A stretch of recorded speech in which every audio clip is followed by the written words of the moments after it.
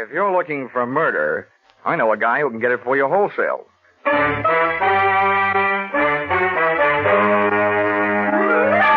This is another in the adventures of America's fabulous freelance insurance investigator, Johnny Dollar, starring Charles Russell. At insurance investigation, Johnny Dollar is only an expert. At making out his expense account, he's an absolute genius.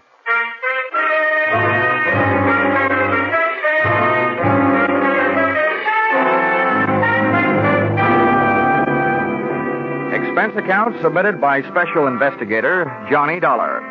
To West Coast Underwriters, San Francisco Branch. Attention, Bradford L. Coates, General Manager. The following is an accounting of my expenditures during my investigation of the little man who wasn't all there, or in most cases, there at all, or the unpaid premium payoff. Expense account, item 1. 3 cents postage due on your airmail special delivery letter containing said assignment. I can just hear you dictating it. Take a letter. To Johnny Dollar, you'll find his address in the files. Dear Sir, better make that Dear Dollar. Enclosed find copies of letters received by us from one Mr. James Yarbo, period. This man's wife was insured with our company until recently. One day before her death, her period of grace and an unpaid premium ran out. We canceled her policy in the amount of $20,000. Her husband, Yarbo, first made every effort to collect, then threatened us. Since then, we've received the enclosed series of letters intimating, without confessing, that he's had a hand in the accidental death of at least 12 of our policyholders to date. The police have been working on it, but are getting nowhere. If you are available, please come immediately. Yours very truly, Sophie.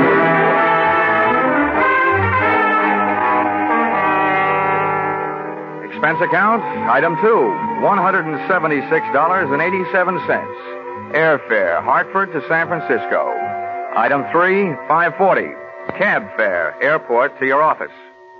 Dollar, glad you got here. You've no idea what a mess this whole thing is. Okay, Mr. Coates, okay, don't get excited. We'll nail this guy before you run out of policyholders. Well, the dozen he's apparently done away with already have cost us darn near $250,000. You've got to move fast, Dollar. The man is a homicidal maniac. Yeah, but a smart one, though. He's put just enough in those letters he sent you to let you know that he's working on a grand-scale revenge against your company. But he leaves out just enough so the law can't lock him up. He's had perfect alibis in every case. Look, Mr. Coates, tell me, have all these deaths been local, right around here? No, they've been all over California. Mm-hmm. Well, one other thing, the method. From this list you gave me, Mr. Yarbo seems to have a preference for killing people through the noisy and gory method of fake automobile accidents. Yes, very true. But what about this last one? Airplane crash. That was a $30,000 loss to us. Just think. Our poor innocent policyholder flying around and then his engine quit. Thanks to a man he's never even seen. Tell me, Mr. Coates, just how difficult would it be to get a list of your California policyholders? Names and addresses, you know. Why, that would take days, but goodness gracious, man, you can't hope to keep an eye on them all. Besides, the minute you went off the job, he'd strike again. That's a preposterous idea. Cut time. Look, I don't want the list. I was just wondering how Yarbo got it. Oh. Now, so far you've given me nothing to go on. I'd like you to add 2 things to that. Yarbo's home address and a $50,000 life insurance policy made out to me. What on earth's that for? Well, look, in the first place, if we're going fishing for Mr. Yarbo, I might as well be the worm. In the second place, if I should get gobbled up in the line of duty, that $50,000 life insurance would make several attractive young ladies of my acquaintance very happy. Not, mind you, as happy as I can make them by remaining alive.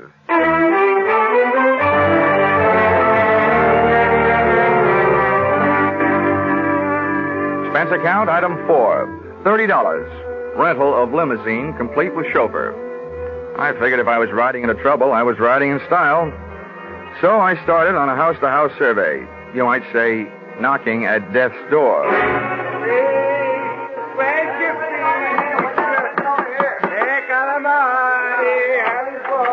Yes. What is it, please? Oh, I'm sorry to bother you, Mrs. Cianelli, but I'm from the insurance company. Oh, yes. It'll only take a moment. One question about your son. Oh, poor Angelo. What do you want to know about my poor son? He drive away in his automobile, that's all. I'll never see him alive again. Yes, I know.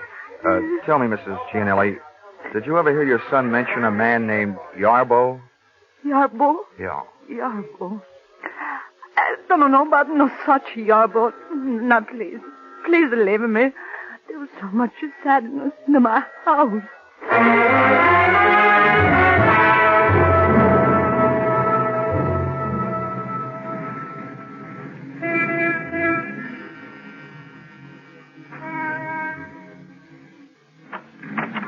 Yes? Mr. Dykes? Yes. I'm sorry to bother you, but I'm from the insurance company. About your son's plane crash. Oh.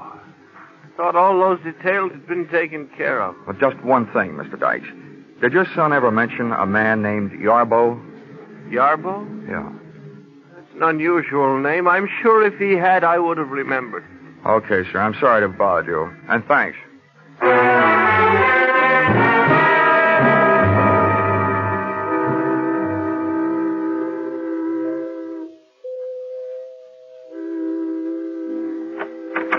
Yes, sir.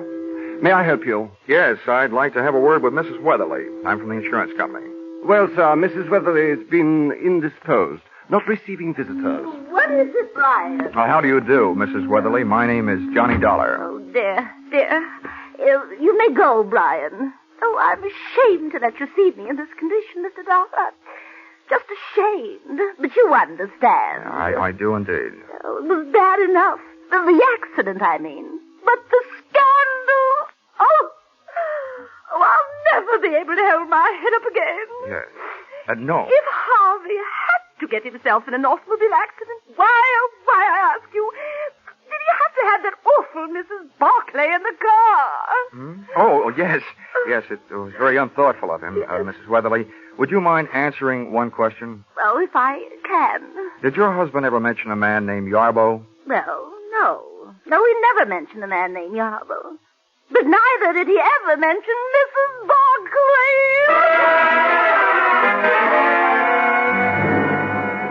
I tried a half a dozen of the other beneficiaries left behind by Mr. Yarbo's list of victims. All I got out of it was a very watery afternoon. The tears were falling like monsoon time in Burma, but of information I got none. This brought me right smack up to a point I didn't want to have to reach, the point of contacting Mr. Yarbo in person.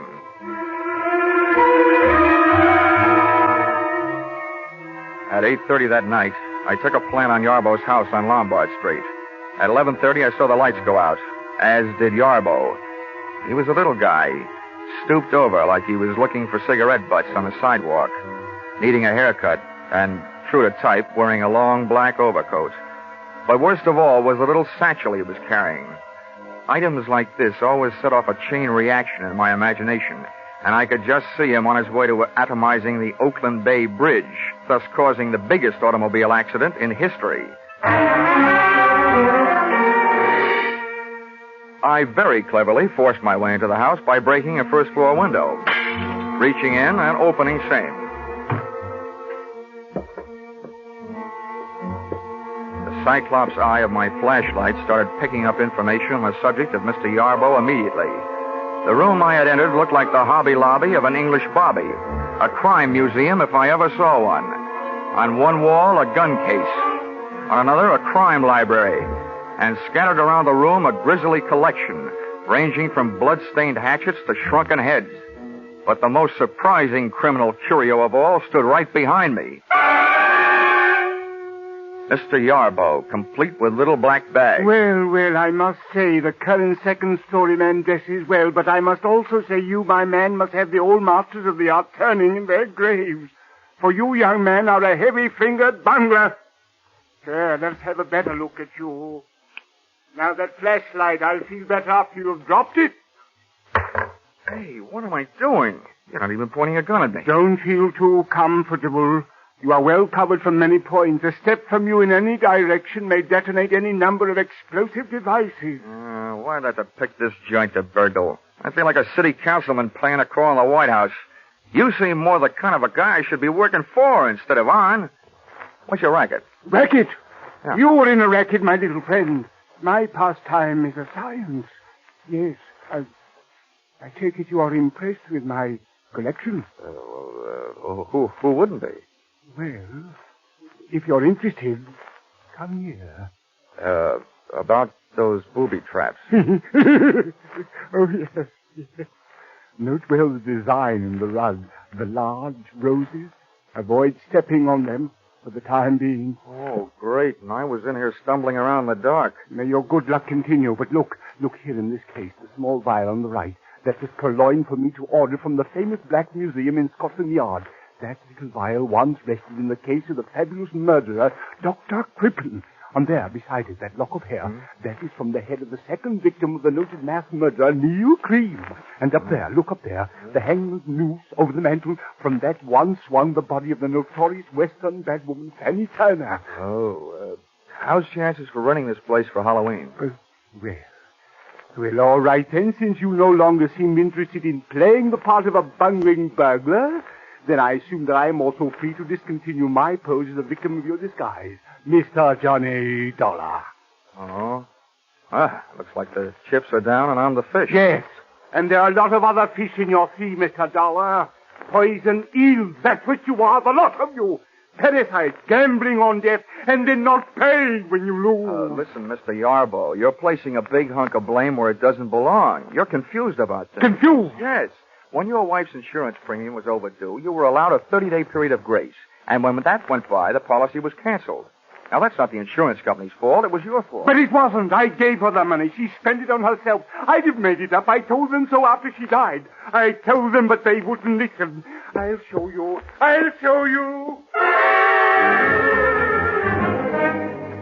Yarbo looked like he was headed to show me the chopping end of an axe laying on top of a small table. I hit him just as he hit the table. As he hit the floor, I noticed what I was standing on. One of those big red roses in the carpet.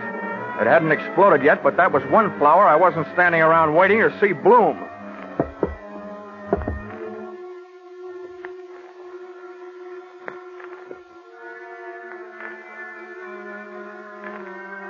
It took a lot of nerve picking up a telephone in that room. But I finally got a good hold on my nerves and a fair hold on an imitation of Yarbo's voice. Took one deep breath and picked up the phone. Yes? Hello, James. This is Martha. I'm at the office. I have good news. 2 more.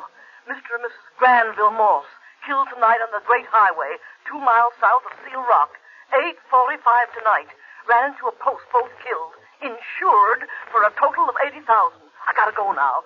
Goodbye, James. Well, congratulations, Brother Yarbo. 2 more at 8:45 tonight. And who's your new alibi? Me.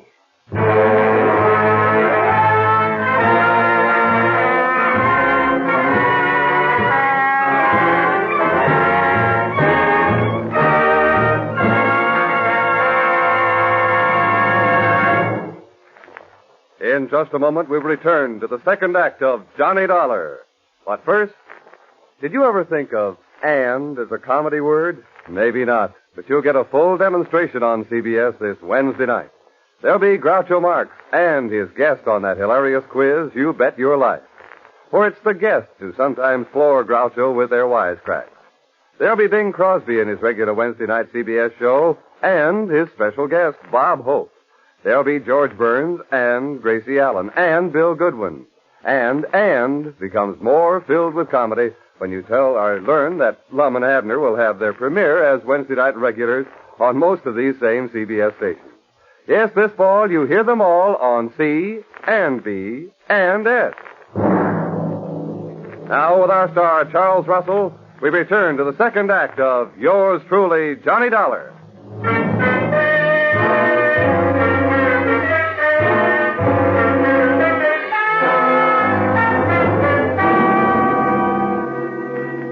Yarbo might have been lying unconscious on the floor, but in that setting, I was still afraid of him. I'd have looked the place over with a fine-tooth comb, only having none. I used my hands. I put the pat test to Yarbo's pockets for a gun. He was unloaded. Then turned my attention to the little black bag he'd been carrying when I saw him leave the house, and which he still had with him when he returned. I hoped it wasn't booby-trapped. Opened it and discovered that it was a trap, the type my kind of booby stepped into. Inside the bag was a small radio receiver tuned to something I looked for and found in the room. A small radio transmitter of the type formerly used in Army tanks. Through this, Yarbo had heard me enter his little museum of murder and had returned to catch me in the act of prowling the premises. About then, I caught him in the act of coming to. Well, welcome home, Yarbo. Time to get up. I just had a long chat on the phone with Martha. She thought I was you. You think you're very clever, don't you? Martha knows my voice. If she talked to you at all, she didn't tell you anything. Of that I am sure, so save your breath. There is no use your telling me she gave you any information. Oh, no, you got me wrong, pal. I only told you Martha called to let you know I know there is a Martha. I figured it might make you nervous, and nervous men are easy to beat. Other nervous men may be easy to beat, Dollar, but not James Yarbo. The police have tried, and they couldn't prove a thing against me. Now, may I have your permission to get up? Yeah. Maybe the police haven't been able to get anything on you, but I have something. Attempted murder. The hatchet you went for. The pitiful mistake of a pitifully suspicious mind, Dollar. I wasn't reaching for that hatchet on the table. I was trying to show you something in the table drawer. There it is, spilled out on the floor. My wife's insurance policy. The one your unscrupulous thieving superiors refused to pay. The vampires? Here, look at it. All in order. Much of it in fine print. Fine. Just fine. Okay, Yarbo, that did it. Come on, ahead of me. Where are we going? To find some place to lock you up. I was hired to stop you, and until I do, I'm at least going to try and slow you down. Now move.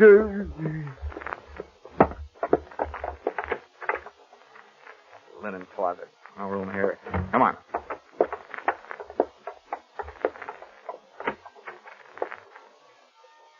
Bathroom. No window. Yeah, this'll do. Go on, get in there. No, not in here. Anywhere but in here. It's a good place. You may get thirsty. No. This is where my wife died. Not in here. No.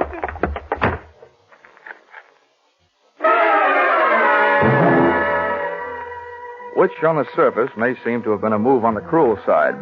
But Yarbo was a man obviously off his rocker, and I needed him more nervous than I already had him. Too nervous to attempt killing any more people. Expense account item 5, a nickel. Phone call, downtown office, state police.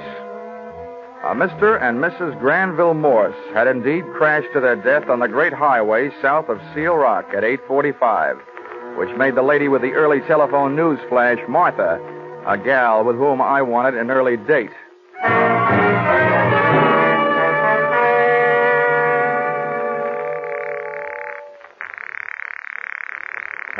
Come on, answer the phone. Hello?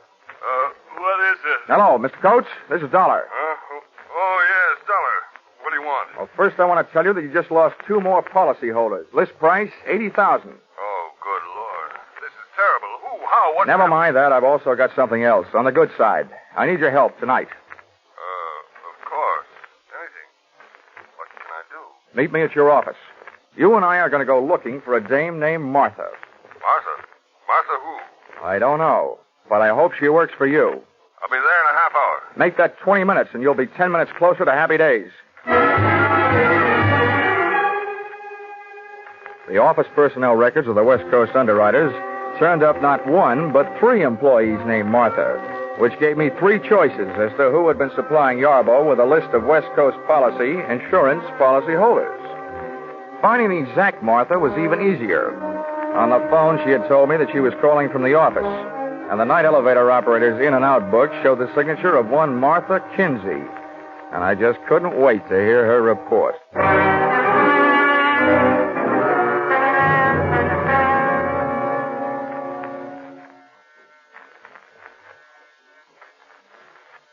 Who is it? I've got a message from Mr. Yarbo. Oh, just a minute. Message from James. Oh, what does he want? Well, what he really wants is to get out of the bathroom. That's where I've got him locked up. Who are you? You ought to know who I am. I assume you're the one that told Yarbo he could be expecting a call from an insurance investigator named Dollar? Well, that's me. Well, I don't care. James told me girls give out lists of names all the time. Sell them for mailing lists. 10 cents apiece. May not be ethical, but it's not against the law. James told me, and I believe James. Oh, he's the smartest man I ever knew. He may be the smartest, but he's right in line to be numbered among the deadest. One of these fine mornings, the state is going to give him a cyanide egg for breakfast. What do you mean? You should know. Murder, execution, gas chamber. Well, you can't prove a thing. James told me so, and he knows. Well, he's smart. I hope he's not smart enough to pick a lock with a bath mat. Now, come on, sit down. You and I are going to have a nice, long talk. We are not. I won't say a thing. I don't have to, unless you have a warrant, an indictment, and a court reporter. James told me so. Yeah, I know. He's smart. But no matter what he told you, you're going to tell me a few things. Oh, no, I'm not. Oh, yes, you are. Oh, no, I'm not. Oh, yes, you are.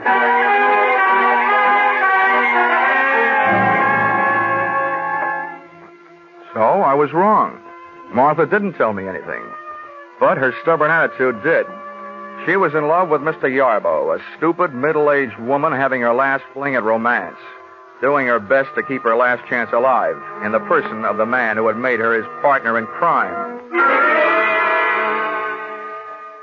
As crazy as it was, this grotesque pair of lovebirds created the only real emotion in the case to date, and switched my thoughts from the widely scattered deaths which had brought me into the case, and over to the single death of Yarbo's wife.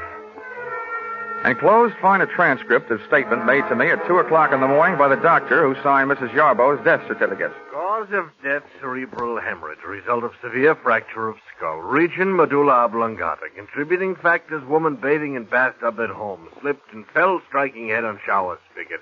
Coroner's finding death due to misadventure. Accidental. It took the doctor 2 minutes to get around to making that statement. I figured it would take Martha at least 30 minutes to get her hair out of her curlers and make herself presentable enough to risk being seen on the street. That left me 28 minutes to get back to Yarbo's house before she did, and I didn't need half that long. In a cab on my way over, I took inventory. 1, to date, Yarbo's alibis covering him on all the so-called revenge murders had been perfect. Too perfect. 2nd, when I first faced Yarbo, he screamed about his wife's death, not in the light of having lost his lady love, but in the light of having lost her insurance money. Just as my third and most important conclusion came upon me, the taxi came upon our destination, and I had to go to work.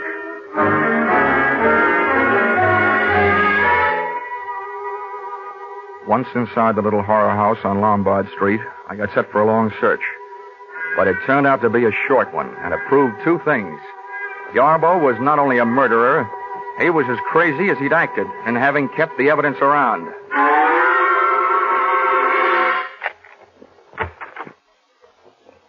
Okay, Yarbo. Come on out. Well, I hope you have enjoyed your waste of time, Mr. Dollar, as I've enjoyed my chance for meditation. You saw Martha, I suppose? Yes, I saw Martha. Bless her silent little soul. Yes, I was sure of Martha. She believes in me. You can say that again. Come on out here.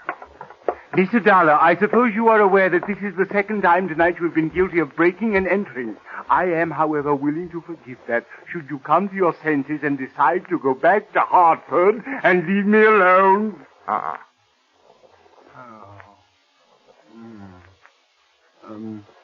Mind treading on the roses in the rug, Mr. Dollar? Sorry, Yarbo. I fell for that gag earlier tonight. People who smile at that joke give me the last laugh. Now, look, Yarbo, I know exactly what you've been up to, and I know why you've done it. But your little war of nerves has got to stop. It will never stop. No one can prove anything against me. I can. I can prove that you haven't done a thing to bring about those accidental deaths you've been taking credit for. Martha has sat down that insurance office and notified you every time there's been an accidental death of a policyholder in this part of the country.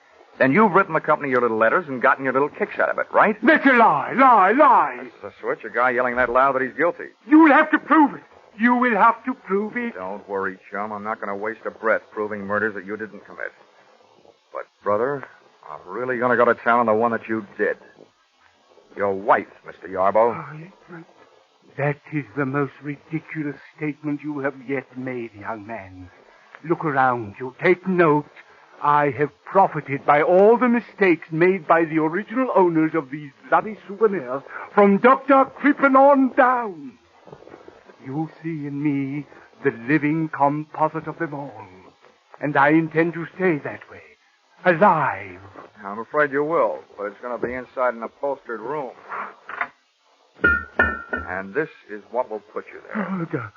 Yeah, Mr. Yarbo, you carried your little hobby of crime souvenirs too far when you saved this hunk of pipe and the faucet with which you clubbed your wife to death. She slipped and fell. She was in the tub. I'm sure the police microscopes can give you a strong argument on that one.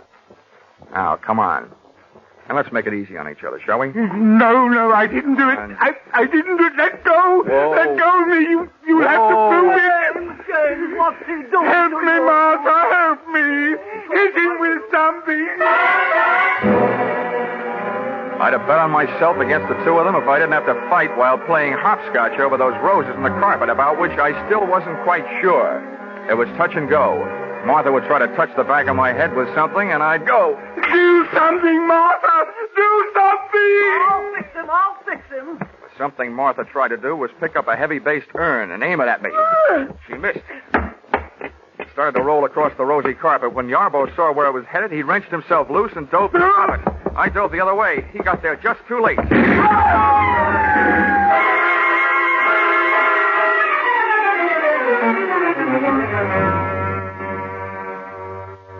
I didn't have to look twice to know he was dead.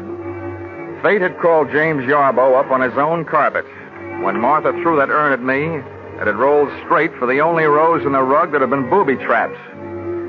Which only goes to prove that sometimes a rose by any other name can be anything but sweet.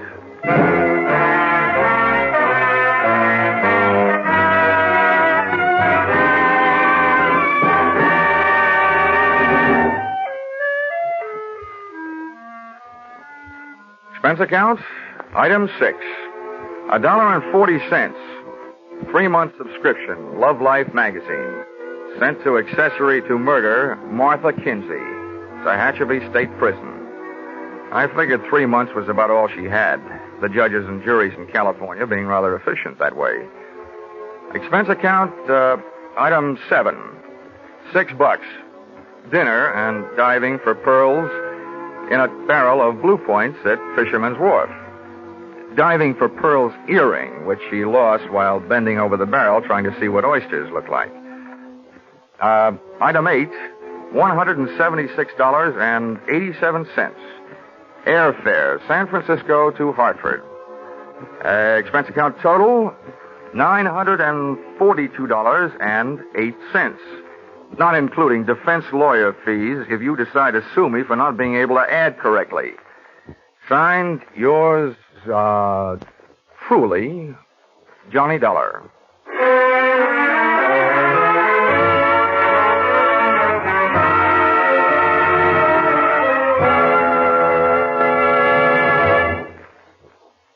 Yours truly, Johnny Dollar, is produced and directed by Gordon T. Hughes and stars Charles Russell. Script by Paul Dudley and Gil Dowd. Featured in the cast were Jay Novello, Martha Wentworth, Paul Dubove, Gigi Pearson, and Larry Dodkin. The special music is written and conducted by Wilbur Hatch.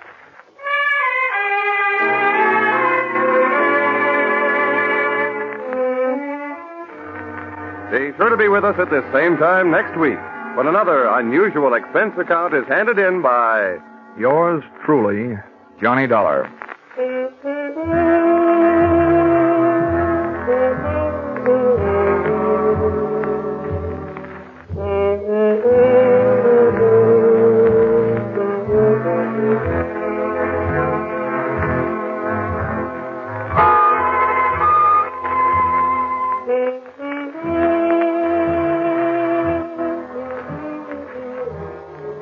Everyone is concerned about world affairs these days. If we want world peace, we'll have to have national peace first. In order to keep America's strength and prestige, in order to preserve her freedom, we must do away with group prejudice. Let's stop judging people by the color of their skin or the place where they worship and start considering them for what they do. We'll be sure to have a happier world. Stay tuned now for Vaughn Monroe and his Caravan. following immediately on most of these CBS stations.